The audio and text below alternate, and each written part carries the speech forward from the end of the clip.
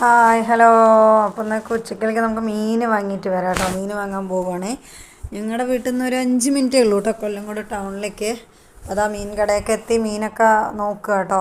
നല്ല ഫ്രഷായിട്ടുള്ള മീനായിരിക്കും ഇവിടെ എപ്പോഴും. അപ്പോൾ ഇന്നേക്ക് ഞാൻ അയിലയും കൊഴുവ മീനും വാങ്ങാമെന്ന് പറഞ്ഞിട്ടാണ് വന്നത് കേട്ടോ. മീനൊക്കെ വാങ്ങിയതാ വീട്ടിൽ വന്നു. അപ്പോൾ ഇന്നേക്ക് ഇലക്ഷൻ ആയപ്പോൾ എല്ലാവരും വീട്ടിലുണ്ട് കേട്ടോ.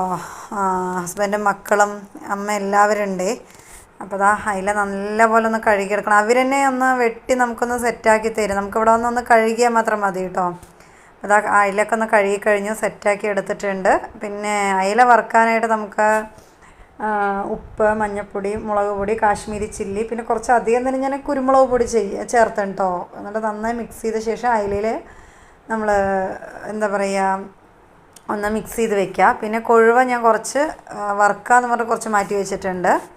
പിന്നെ മീൻ കറി വയ്ക്കാൻ നമുക്ക് ഞാനിപ്പോൾ എൻ്റെ രീതിക്ക് കേട്ടോ ഞാൻ വയ്ക്കുക. നിങ്ങളെങ്ങനെ വയ്ക്കുക എന്നുള്ളത് എനിക്ക് കമൻറ്റിൽ പറയണേ.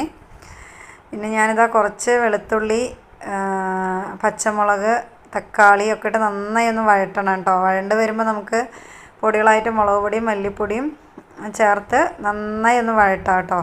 പിന്നെ ഞങ്ങളിവിടെ വാളംപുളി കേട്ടോ ചേർക്കുക. വാളംപുളി ചേർത്ത് നന്നായി തിളച്ച് വന്ന ശേഷം കുറച്ച് തേങ്ങ അരപ്പും കൂടെ ചേർത്തും കേട്ടോ.